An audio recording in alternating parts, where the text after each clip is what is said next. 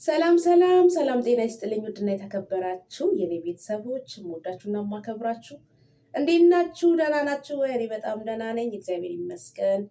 ዛሬ ብቅ ብያለሁ ወደ እናንተ ጋር። በተለይ ወደ ዩቱብ መንደር መጥቼ አላቅም። ያው ቪዲዮም ሰርቼ አላቅም። ያው የራሴ ምክንያት አለ ማለት ነው። ቪዲዮ ለመስራት ጥሩ ጥሩ ሀሳብ ይዘን መገኘት አለብን። በተለይ እኔንም ህዝቡንም የሚያስተምር ነገር ይዘን መገኘት አለብን ብዬ አስባለሁ።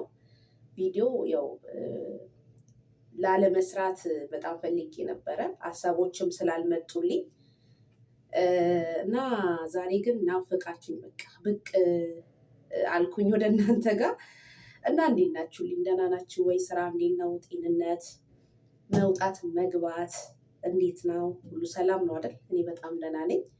በተለይ ወደ ዩቱብ መንደር ያላችሁ ያው ዩቱብ አሁን ላይ 35 ሰብስክራይብ ብቻ ነው።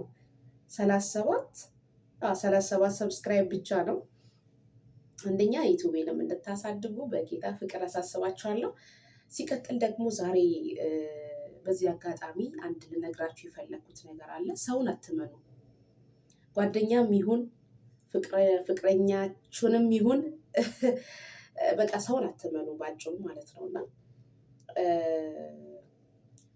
ሰው አገኘን ጓደኛ አገኘን ብላችሁ ደግሞ የልባችሁን ተንትናችሁ ለመናገር አትሞክሩ። በቃ የልባችሁን ለልባችሁ አስቀምጡ።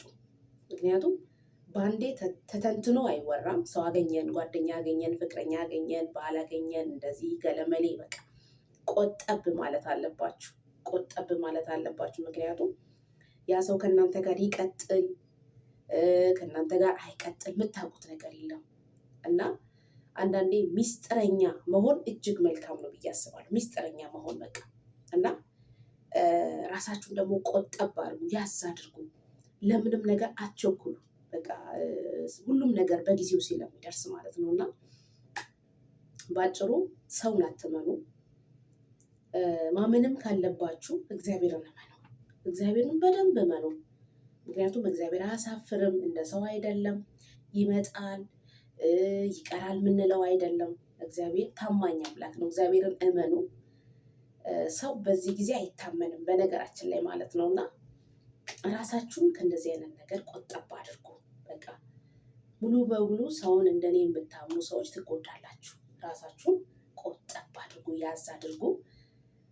እምነታችሁን ደግሞ በሰው ላይ ሳይሆን በእግዚአብሔር ላይ ጣሉ። አመሰግናለሁ።